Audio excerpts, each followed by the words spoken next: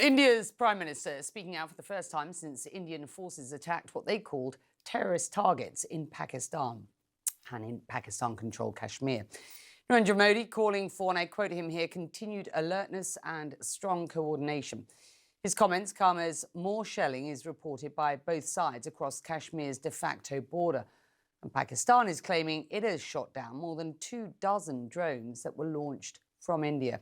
As we reported in detail yesterday, Pakistan is vowing to retaliate to these strikes. India says these strikes were carried out in response to the deadly massacre of more than 24 tourists last month in the Indian-controlled part of Kashmir, which it blames on Pakistan. Pakistan denies any involvement. Well, Nick Robertson has been on top of this story for us all week.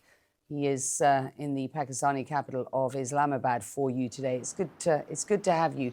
Nick, let's just pick apart what we know here and drill down on the details. Tell us more about these drone attacks, if you will.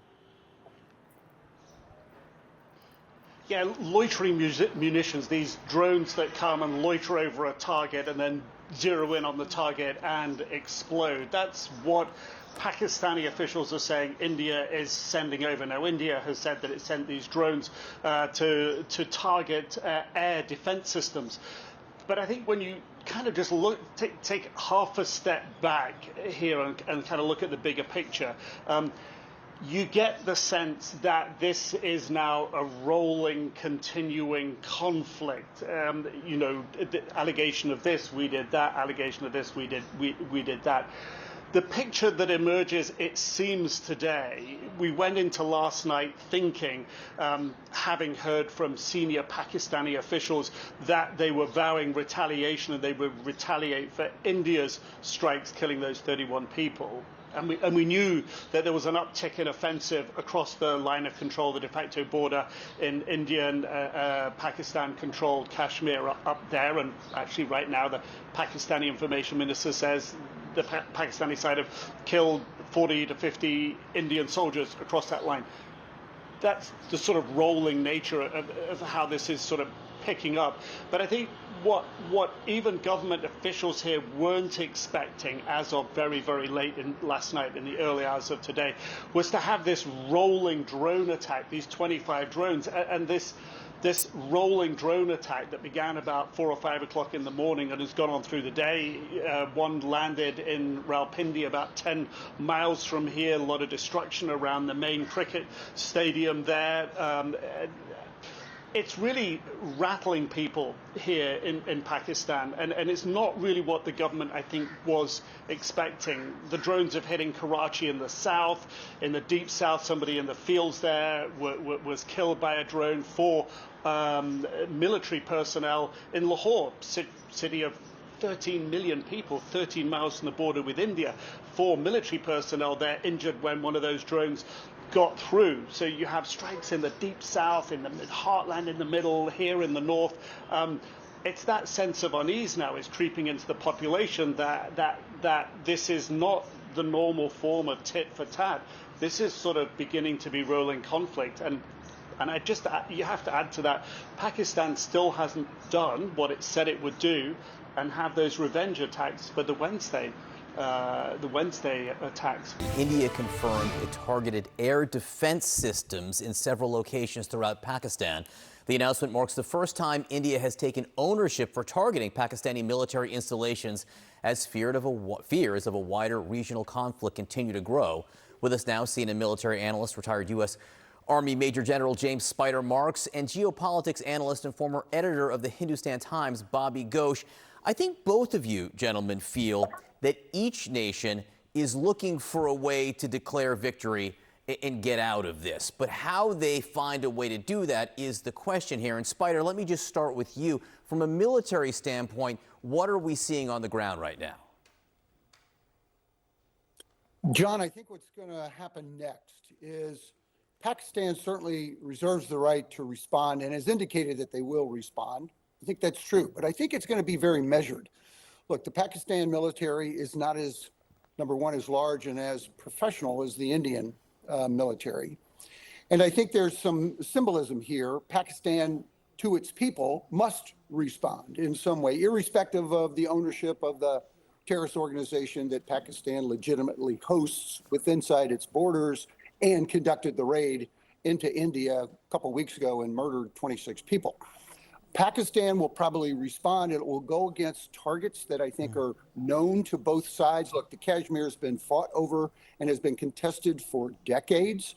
China also, bear in mind, has a dog in this fight because they share that border, that contested region. So I think what's going to happen is there will be a response. I think it'll be measured. And I think both sides will probably say, we've maintained our honor and we can walk away from this. Also, we need to see what both Beijing and the United States is doing in terms of trying to counsel those moves. All right, I want to get to both those points with you, Bobby. First, what will it take for each side to walk away? I think Spider put it best. But each side has to be able to say, we won something. Each side, through their propaganda arms, has to be able to convey to their own people that we're walking away with our honor intact. And we've seen this movie before. This has happened several times in this conflict, most recently in 2019. On that occasion, India struck back after a terrorist attack, hit several targets in Pakistan, but an Indian plane went down. The Pakistanis arrested the pilot and then returned the pilot home, and that was Pakistan saying, here's a gesture of magnanimity on our part, we're the bigger people here. And the Indians said, well, we were able to hit targets in Pakistan, so we've got what we wanted. That's what you need here. It would help to have a mediator to bring both sides to the table and allow them that opportunity. Right now, the most obvious mediator is a little bit out of it. The United States and the Trump administration has other priorities. Talk to me about that more. Yeah. What has been your impression of the United States, the statements and the level of involvement from the U.S. here? Well, it's been very interesting. The difference is this time Trump's first response was, well, I hope they sort it out, which is very different from him. He usually likes to say, I'm going to go there and fix it. Or if they have me, I'll fix it like that. This time, his first response was, well, I hope this gets resolved quickly, very passive. Now he's offering to go in there and mediate. That's different. The problem is we have no ambassadors. The Trump administration has really struggled to get ambassadors into India and Pakistan. And Trump himself clearly does not understand the nature of the conflict. He said yesterday, well, these countries have been fighting for centuries. These countries have not existed for centuries. They're 78 years old.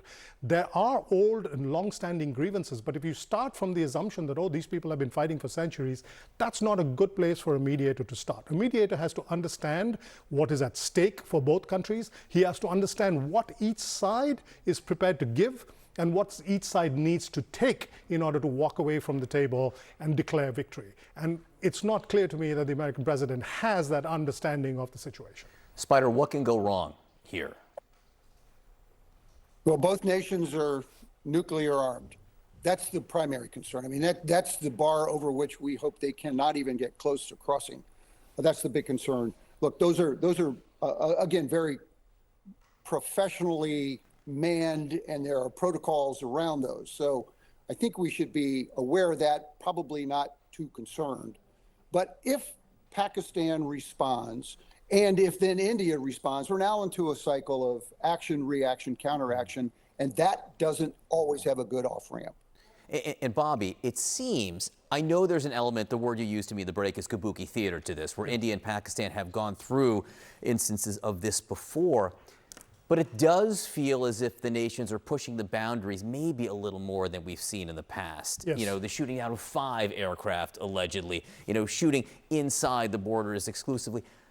Are they pushing the boundaries of what could be kabuki theater? They kind of have to each time, and that's the risk with these kinds of long-standing conflicts. Every time there is a spasm of violence, there is almost by sort of natural law, each spasm tends to be worse than the one before. And the real concern, as Spider said there, is that because these two are nuclear-armed countries, you worry that each spasm might get to the point where of no return. That's the real concern. Yes, both countries have, the leadership in both countries have a lot of experience in managing these kinds of crises. But each side feels like we've got to land one more blow, one more jab every time. And the trouble is that when one side goes too far, and then the thing really begins to careen out of control. That's the worst case scenario. We're not there yet, I should be very clear. No. But the trouble is, and that's the ultimate challenge here, is that even when this particular spasm is resolved, and let's hope that is quickly, the underlying problem doesn't go away. We'll come back to this place. If it's not 2 years from now, then it's 5 years, or hopefully longer than that. Right. But we come back to this problem as long as the central problem, which is of Kashmir, does not get addressed. Bobby Ghosh, Spider Marks, great to see both of you. Thank you very much.